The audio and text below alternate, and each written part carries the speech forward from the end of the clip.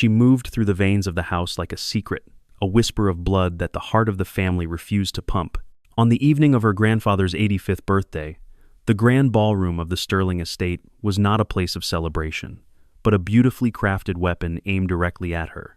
It was a cathedral of inherited wealth, carved into the cliffs overlooking the Pacific, its limestone walls glowing like ancient, sun-bleached bones. Inside, the consolidated power of New York, London, and Hong Kong's elite pulsed with a quiet, predatory energy. Tonight, that energy had found its prey. Elara Vance slipped in through a side entrance, her presence a soft, apologetic note against the grand symphony of influence. Her dress, a simple sheath of linen the color of a summer cloud, flowed around her ankles, a stark rebellion against the jewel-toned gowns that fractured the chandelier light into 1,000 glittering shards. She was an anomaly, a living paradox in a world that abhorred them. The Sterling family, titans of a global shipping empire, were royalty in this pantheon of modern gods.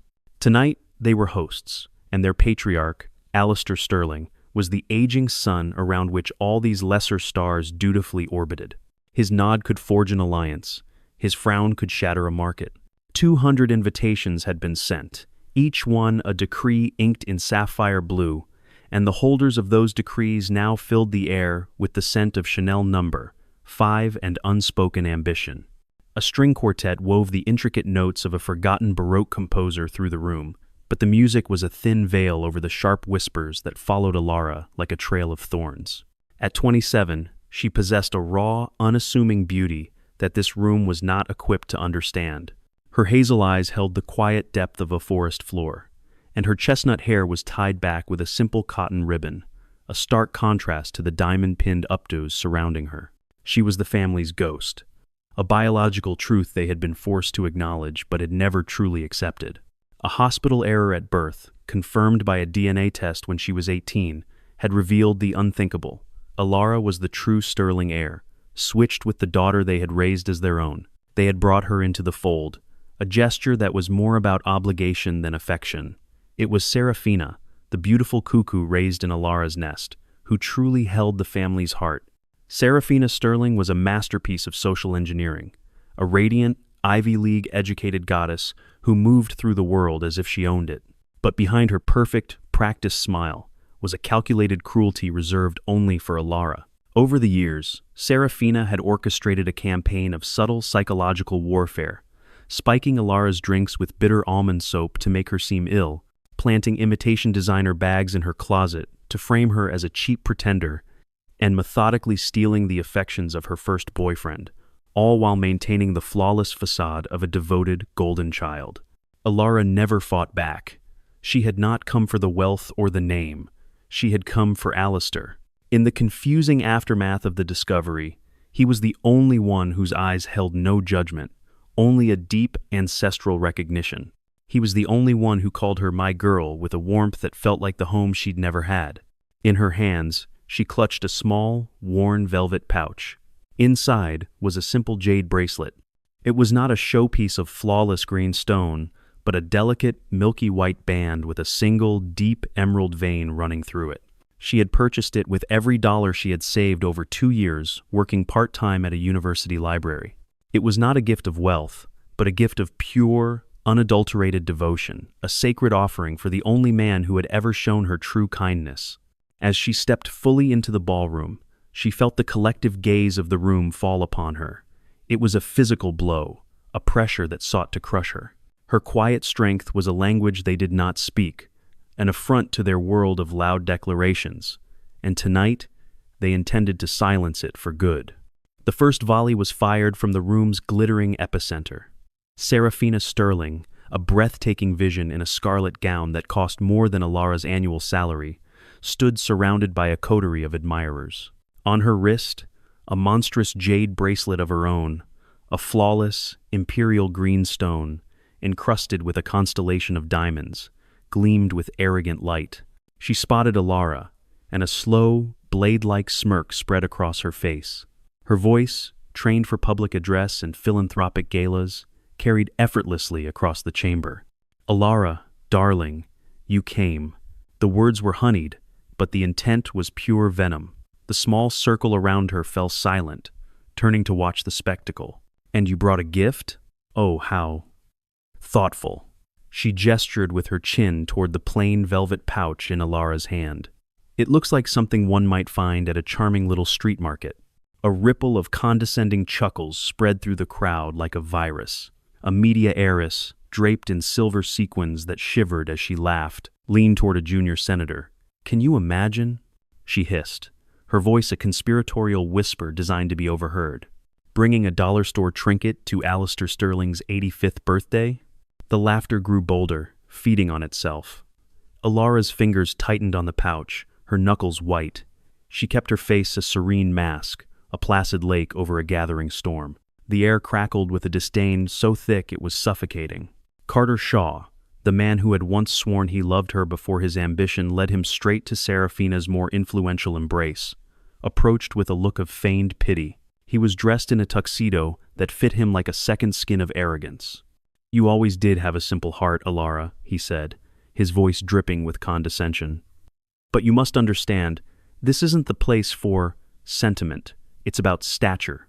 He gestured vaguely at her simple dress, a silent indictment of her very existence in this space. "You make Serafina feel so awkward, you know. She tries so hard to include you." The betrayal was a fresh wound, twisting deeper than the mockery of strangers. Near the velvet-draped walls, a group of Wall Street heirs, their faces flushed with vintage champagne, formed a loose barrier, watching her as if she were an animal in a zoo. "She's a stain on the Sterling name," one sneered, flicking a crumb of caviar from his finger in her general direction. Another raised a gold-plated cigar case in a mock toast. "Perhaps it's time to return to the cornfields, sweetheart. This is our world." The assault was coordinated, a multi-front attack designed to shatter her spirit and force her to flee in shame. Even the staff, meant to be invisible arbiters of service, participated in the shaming. The head steward, a man with a posture as rigid as his principles, paused beside her. "Miss," he said, his voice low but pitched for the nearby guests to hear. "The service entrance is perhaps more suitable for future arrivals. We don't typically seat guests of your attire in the main ballroom." His smirk was a small, cruel victory, mirrored on the faces of the elite who overheard. Alara stood alone in the center of the storm, her silence her only shield. Her gaze remained fixed on the far end of the room, on the mahogany throne where her grandfather Saturday. He seemed oblivious, engaged in a conversation with an old friend, his back partially turned to the unfolding drama. Her parents, Marcus and Eleanor Sterling, stood near the grand fireplace, their backs turned to her completely. Their deliberate silence was the cruelest cut of all, a public disavowal that confirmed her status as an outsider, a ghost in their gilded machine. The moment of reckoning arrived with the gift ceremony. The string quartet faded into silence, and a theatrical hush descended upon the ballroom as guests gathered around Alistair's carved throne. Serafina, ever the performer, was the first to approach. She moved with a practiced grace, her scarlet gown trailing behind her like a river of blood on the pristine marble floor. She held up her offering, a custom velvet box from a renowned Parisian jeweler. It opened with a theatrical click, revealing the $90,000 jade bracelet nestled within. Its diamonds caught the light of the chandeliers, scattering fractured rainbows across the faces of the adoring crowd. "For you, Grandpa," she declared, her voice ringing with a perfectly calibrated tremor of false emotion, "a symbol of our unbreakable bond. May it bring you as much fortune as you have brought to all of us." The room erupted in polite, yet thunderous, applause. CEOs nodded in solemn approval, socialites raised their flutes in a silent toast, and senators clapped with practiced enthusiasm. It was a perfect performance of filial devotion, a transaction disguised as love. Then, all eyes turned to Alara. The collective gaze was a physical weight, pressing down on her as she made her way forward. The path to her grandfather felt a mile long, each step taken under a barrage of renewed smirks and whispers. "Is she really going to try and top that?" someone muttered. "This is just tragic," a hedge fund titan bellowed to his companion, earning a fresh wave of stifled laughter. She reached the throne, her small velvet pouch feeling impossibly light and insignificant in her hands. Alistair's eyes finally found hers, and for a fleeting moment she saw a flicker of warmth, a silent encouragement that gave her the strength to proceed. She presented her gift without a word. She simply opened the pouch and offered the simple, unadorned jade bracelet to him. A wave of derisive laughter, louder and more unrestrained this time, roared through the ballroom. Guests nudged each other, their own diamonds glinting as they pointed. "It looks like a toy from a cereal box," a senator's wife sneered, her voice carrying across the room. That's what happens when you let a farm girl pretend she belongs. The cruelty was relentless, a tidal wave of scorn. Marcus and Eleanor Sterling stood frozen, their faces cold masks of public mortification. Eleanor, seeing the judgmental eyes of her friends upon her, leaned toward a nearby guest and muttered, loud enough for those around them to hear, "Alara has a simple background. She isn't accustomed to gatherings of this scale. We try to be charitable." The words, though not an outright lie about her parentage, were a public severing of their bond, a strategic repositioning of Alara as a charity case rather than a blood relative. The insinuation hung in the air, a poison that seemed to drain the very color from the room. Ilara felt a piece of her heart shatter, the sound lost in the cacophony of mockery. She stood before her grandfather, her humble truth laid bare, seemingly defeated by a world that valued gilded lies above all else. She had offered a piece of her soul, and they had spit on it. Just as the tide of scorn was about to consume Ilara completely, a single, quiet event shifted the currents of the room. Mr. Abernathy, a man whose age was etched in the fine lines around his kind eyes and whose friendship with Alistair spanned half a century, leaned forward. He was a renowned antiquities expert, a quiet academic, whose opinion could validate or destroy a museum's entire collection with a single, softly spoken sentence. He picked up Alara's simple bracelet, squinting through his thick glasses, more out of habit than genuine interest, intending to offer a polite, dismissive compliment. The room watched, expecting him to pat Alara's hand and move on. Instead, a sharp, audible gasp escaped his lips. It was not loud, but in the expectant silence that had followed the wave of laughter, it echoed like a cannon shot. The room froze. Champagne flutes paused halfway to lips. Whispers died in throats. Abernathy's hand, the one holding the jade, was trembling. "Alistair," he breathed, his voice filled with a reverence that stunned the onlookers. "My God, Alistair, where did this come from?" Alistair looked from Abernathy's shocked face to Alara's calm one, and a slow, knowing smile began to form on his lips. He stayed silent, letting the scene unfold. "This," Abernathy declared, his voice growing stronger, his academic excitement overriding all social decorum, "is what collectors in the highest circles refer to as mist jade. It's a grade of nephrite, so pure, so rare. It's believed to form only in places of immense spiritual energy. I've only seen it described in ancient texts. I have never, in 50 years, seen a physical specimen." A confused murmur rippled through the crowd. A tech mogul, known for his brash skepticism, muttered to his neighbor, "It's probably a clever knockoff. The Chinese are brilliant at it." Before Abernathy could retort, another figure stepped forward. It was Master Chen, a revered feng shui master whom Alistair had flown in from Hong Kong as a guest of honor. He moved with a silent grace, his silk robes whispering against the mahogany floor. He bowed slightly toward the bracelet, not even needing to touch it. His eyes, ancient and perceptive, were closed for a moment. "There is no mistaking it," Master Chen said, his voice calm but absolute, cutting through the rising doubt. "But its rarity is the least of its virtues." He opened his eyes and looked directly at Alara, seeing not her simple linen dress but something far deeper. This piece was consecrated by the monk Master Yuan Min in the mountains of Chiang Rai. He has not blessed jade for 7 years.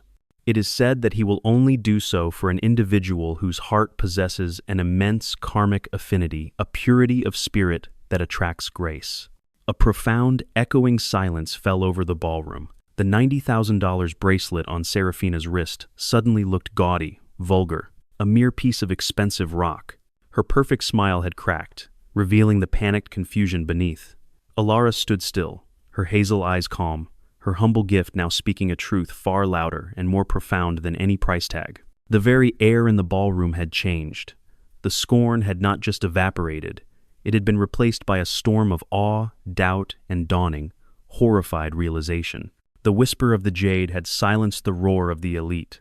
As the last of Master Chen's words settled over the stunned ballroom, the grand double doors at the far end of the hall swung open. They did not open gently. They were thrust open with a force that was not born of the wind, commanding the attention of every person in the room. A man stood silhouetted against the deep twilight sky, his presence a thunderclap that shattered the room's fragile, awestruck silence. He was tall and sharp-edged, dressed in a tuxedo the color of storm clouds, tailored with a precision that spoke of generations of old money married to the brutal efficiency of new power. Every head turned. This was not just another guest. This was an event. Whispers erupted, instantly identifying him. Julian Thorne, heir to the Thorne Group, New York's largest and most feared private investment firm, a man whose influence was so vast it was almost invisible, moving markets and dynasties with the quiet stroke of a pen. He strode into the room, his gray eyes scanning the crowd with an unnerving, predatory intensity. They were not the eyes of a guest assessing a party. They were the eyes of a wolf assessing a field of sheep. He ignored the senators who instinctively straightened their ties, the CEOs who suddenly stood a little taller, and the socialites who held their breath as if in the presence of royalty. His gaze swept past a frozen Serafina, past the pale faces of Marcus and Eleanor, and landed on one person alone, Alara. He walked directly to her, his polished Italian leather shoes making no sound on the marble floor. The crowd parted before him as if by an unseen force. He reached her side, and without a word to anyone else, took her hand. His touch was firm, warm, and possessive. He brought her knuckles to his lips for a brief, reverent kiss, a gesture of profound intimacy that stunned the room into absolute silence. He then turned, his hand still holding hers, to face Alistair Sterling. "Sir," Julian Thorne said, his voice a low, steady baritone that commanded absolute attention. "My name is Julian Thorne. I apologize for my late arrival. My flight was delayed. I am Alara's partner." A collective gasp went through the room. It was a sound of shock, of disbelief, of crumbling certainties.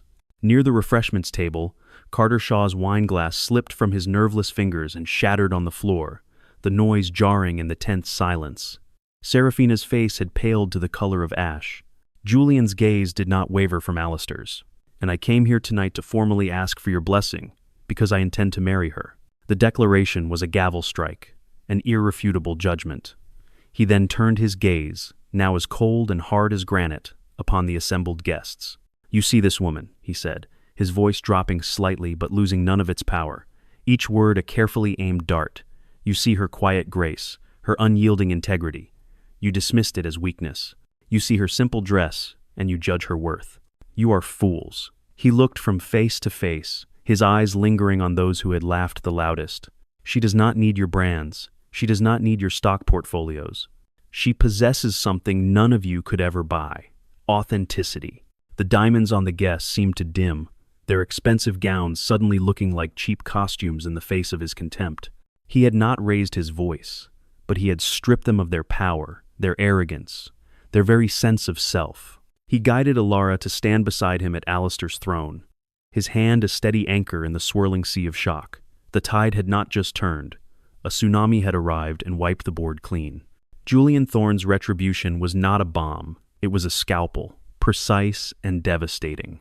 His voice, now laced with an icy fury that was far more terrifying than any shout, became the instrument of a systematic dismantling. "You dared to mock her," he said, his gaze sweeping over the cowering elite who now avoided his eyes.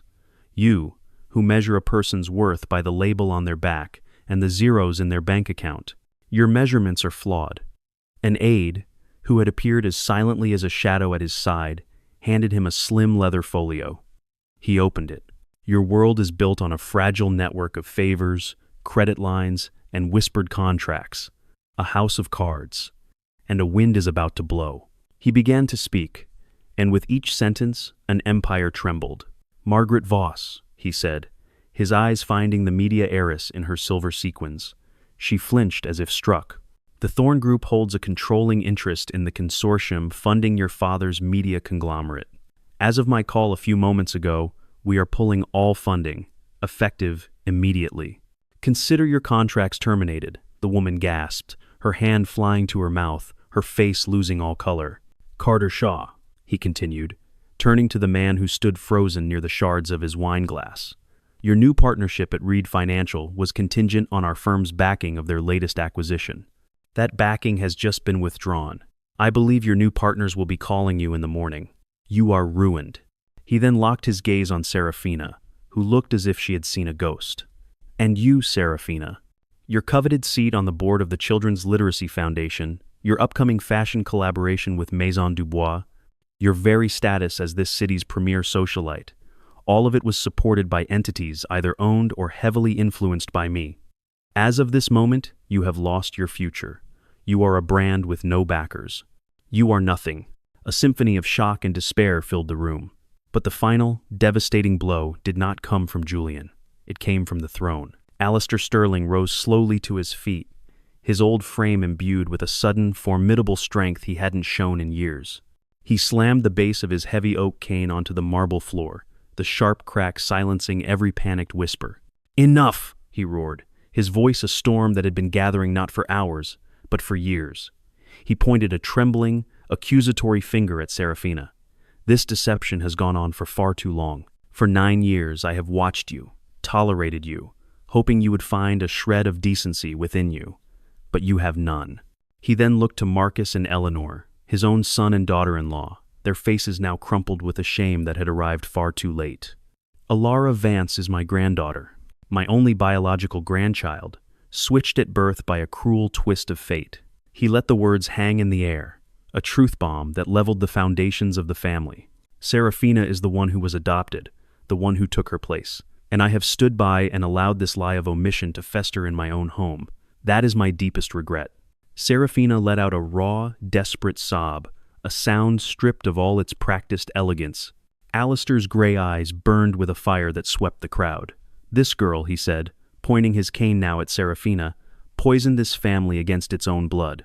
She lied, she manipulated, she stole. And yet, his voice softened as he turned to Alara. Alara never fought back. She came here not for my money, but for me. She came with love, not greed. The truth, finally unleashed, was a cleansing fire. The guests, who moments before had been arbiters of cruelty, now looked at Serafina with a new kind of scorn, the sharp, merciless scorn reserved for a thief and an impostor. The house of cards had not just been blown over, it had been incinerated down to the last ash. The fallout was immediate and catastrophic, a silent, brutal reckoning delivered without another word being spoken. Serafina, stumbling backward, was a pariah in her own party. Her scarlet gown was now a mockery, her $90,000 bracelet a glittering emblem of her gilded lie. The whispers followed her as she fled the ballroom, not in shame, but in a state of utter collapse. Thief in Dior, the Sterling impostor. She was a ghost before she even reached the door. Marcus and Eleanor Sterling were instantly shunned. Their friends of 30 years suddenly found the tapestries on the wall intensely interesting. By the end of the night, a quiet word from Alistair to his legal team ensured their board seats at the Sterling Empire would be revoked by morning. Their social world, so carefully constructed over decades of cocktail parties and strategic alliances, had turned to dust around them. Carter Shaw was discreetly escorted out by security, his Armani suit no shield against the cold reality of his sudden and absolute irrelevance. The silent, efficient machine of Julian Thorne's influence continued its work through the night. The media heiress's family brand faced boycotts by dawn. The Wall Street heirs who had sneered found their access to exclusive funds and upcoming IPOs mysteriously blocked. The head steward who had suggested the service entrance was dismissed without severance, his long career ending in a single, ruinous moment of borrowed arrogance. The socialites who had laughed and gossiped now hid their faces, their calls suddenly going unanswered, their influence evaporating like mist in the morning Sunday. In the midst of the carnage, Alara stood beside Julian, her simple ballet flat steady on the marble floor, her linen dress a quiet crown. She felt no triumph, no pleasure in their ruin, only a profound sense of peace. Her victory was not in their downfall, but in the truth's final, resounding restoration. The celebration continued, in a muted fashion. The string quartet resumed with a softer, more somber melody, but the atmosphere was irrevocably changed. The guests' eyes remained on Alara, but their gazes were no longer filled with scorn. They were filled with a mixture of awe, regret, and a desperate, fawning respect. A senator, the same one whose wife had mocked her gift, approached her, his head bowed. "Miss Vance," he said, his voice low with reverence. "Your Grace, it is extraordinary." She did not need his apology. She gave him a small, polite nod and walked toward the ballroom's grand terrace, leaving the suffocating world of whispers and politics behind. Julian was at her side, a silent, solid presence. Alistair, looking 10 years younger, joined them, his arm now firmly and proudly around her shoulder. As she stepped out into the cool night air, the autumn breeze felt like a benediction. Behind her, in the gilded hall, a new order was being frantically established. "Get me a meeting with Miss Vance." A mogul was heard shouting into his phone. "She's the heir now," a socialite whispered, her Chanel gown no defense against the seismic shift in power. "She and Thorne will control everything." They had scrambled to mock the woman in the simple dress, and now they would scramble for the rest of their lives to plead for her favor. Their bows, when she had left the room, were a silent surrender. They had all learned a vital, brutal lesson that night, a truth that would be whispered in boardrooms and at charity galas for years to come. The true heir does not need to sparkle. She simply needs to arrive, and the world, eventually, will kneel.